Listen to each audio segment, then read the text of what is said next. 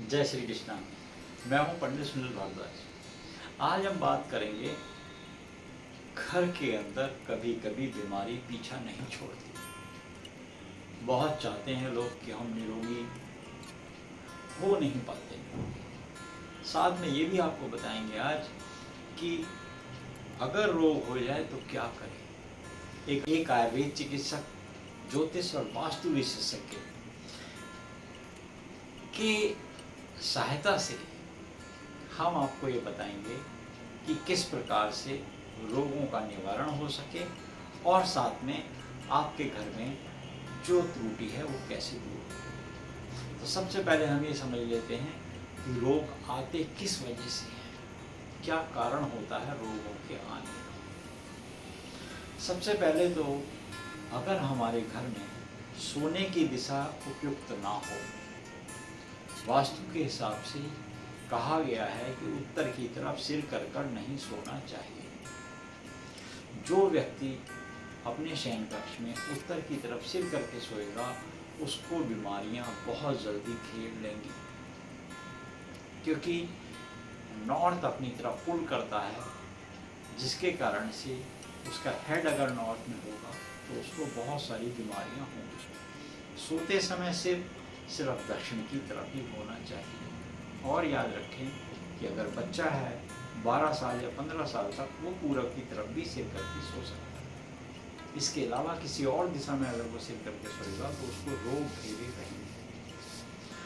अब रोगों का प्रमुख कारण होता है कि घर के अंदर हम कभी कभी नेगेटिव एनर्जी अंदर ले आते हैं। जैसे हमारा घर किसी भी मुखी हो, चाहे वो पूरब हो, पश्चिम हो, उत्तर हो, दक्षिण हो, उसके सामने अगर कूड़ा है, अगर घर के मुख्य द्वार के सामने खाली बर्तन रखा है, आपका ही डस्टबिन रखा है, डस्टबिन खाली हुआ, वो दिन भर खाली पड़ा रहा, तो भी रोग। उसके सामने कोई खंबा है बिजली का, तो भी वो रोगों को उत्पन्न करेगा और नेगेटिव एनर्जी एब्जॉर्ब करके आपके घर में डालेगा। और भी अक्सर चीज़ें देखी गई हैं, कुछ लोग कूड़े का, मलबे का ढेर लगा लेते हैं, कुछ लोग पुराने कपड़े, जूते ऐसे घर के सामने टांग के रख देते हैं, कुछ लोग मुख्य द्वार के सामने कभी कभी खंडित चीज़ें लगाए रहते हैं, चाहे वो दिवाली के गणेश जी हों या दिवाली पे लगाई गई बंदरबार हो, उस पर धूल चढ़ रही है।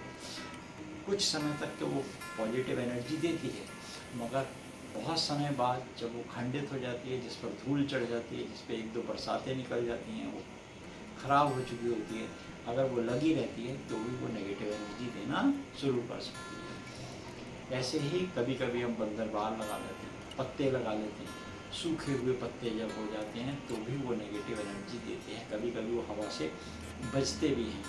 ऐसा देखा गया है, जब वो बजेंगे तो उससे नकारात्मक ऊर्जा निकलनी प्रारंभ हो जाती है, जो आपके घर के लिए रोगों को उत्पन्न करेगी। अक्सर एक चीज़ और देखी गई है कि हम अपने घर की चौखट पर कोई मूर्ति, कोई ऐसी तस्वीर कांच के अंदर बंद करके लगा लेते हैं, अपनी नंबर प्लेट लगा लेते हैं, ऐसा कि बाहर से शीशा दिखे उसके ऊपर अपना नाम लिखवा लेते हैं और वो टूट जाता है, नाम मिट जाता है, नाम खंडित हो जाता है, नाम अधूरा हो जाता है, प्लेट में दरार आ जाती है या घर की मुख्य द्वार पर दरार आ जाती है, दरवाज़ा हो, दरवाजे में जंग आने लगता है, दरवाज़ा टूट गया होता है, दरवाज़ा चूं चूं की आवाज़ करता है, दरवाजे में नकारात्मक ऊर्जा आ रही होती है, वो आती है आवाज़ से, वो आती है जंग खाने से, वो आती है उस पर धूल लगने से, वो आती है उस पर कपड़े कोई बांध दिए हों और वो पुराने ख़राब हो गए। कभी हम झंडा लगा देते हैं, झंडा टूट गया होता है, झंडा फट गया होता है, तो इस स्थिति में भी नकारात्मक ऊर्जा घर में आने लगती है और वो मुख्य द्वार से सबसे ज़्यादा आती है। कभी कभी हम क्या करते हैं, बाहर के जूते चप्पल पहने हुए सीधे घर के अंदर अपने बेडरूम तक चले जाते हैं। रोड की बहुत सारी नेगेटिव एनर्जी आपके सीधे बेडरूम में एंट्री करती है और वो धीरे धीरे आपको रोगग्रस्त कर लेती है। एक और नेगेटिव एनर्जी का कारण होता है, वो बहुत प्रमुख है। अक्सर घरों में या दुकानों, फैक्ट्रियों, गोदामों में देखा गया है कि हम भगवान की पूजा तो करते हैं, मगर जब पूजा का स्थान होता है वो अपवित्र होता है, यहाँ से सबसे पॉजिटिव एनर्जी निकलती है। इस स्थान को गुरु की स्थान भी बोला गया होता है अगर नॉर्थ ईस्ट में बनी हो तो। मगर ये स्थान जहाँ पे दूषित हो जाता है, यहाँ पे खराब हो जाता है, तो भी नेगेटिव एनर्जी निकलनी प्रारंभ हो जाती है। अब ये तो रही बात कि नेगेटिव एनर्जी कहाँ कहाँ से आती है। अक्सर हम इसका निवारण करने की कोशिश करते हैं मगर हो नहीं पाता। इससे व्यक्ति को insomnia, depression, anxiety, unnecessary botheration, BP, cholesterol, sugar, ये प्रॉब्लम्स होती हैं। ये सारी प्रॉब्लम्स होती हैं टेंशन से, अननेसेसरी बॉदरेशन लेने से। अब क्या है इसका निवारण? जितने काम हमने बताए हैं कि इनसे संभवता है उनको तो आप हटाइए। घर के अंदर प्रातःकाल हो सके तो अपने घर के जो एंट्री है उस एंट्री के आसपास जल भर के रखें, पुष्प डालें। कहीं घर के अंदर जहां आपका अतिथि कक्ष हो उसके अंदर पुष्प नए लगाएं। एनवायरनमेंट को बहुत अच्छा रखें, वातावरण शुद्ध करके रखें। प्रयास ये करें कि वहाँ सुगंधित कुछ हो। अब सुगंधित में आप आजकल बहुत सारे परफ्यूम आ गए हैं, आजकल बहुत सारे ऐसे आइटम देखने को मिलते हैं जिनसे कि परफ्यूम हर समय निकलती रहती है। कुछ वाटर में डालने के हैं, कुछ ऑयल से निकलने के हैं। बहुत सारी धूप ऐसी आ गई हैं जो स्मोक फ्री होती हैं, उनको आप प्रातःकाल संध्याकाल लगाएं। रूम स्प्रे इस तरीके के हैं जिनको आप लगाने से घर के अंदर महक होती है। अब करना क्या है?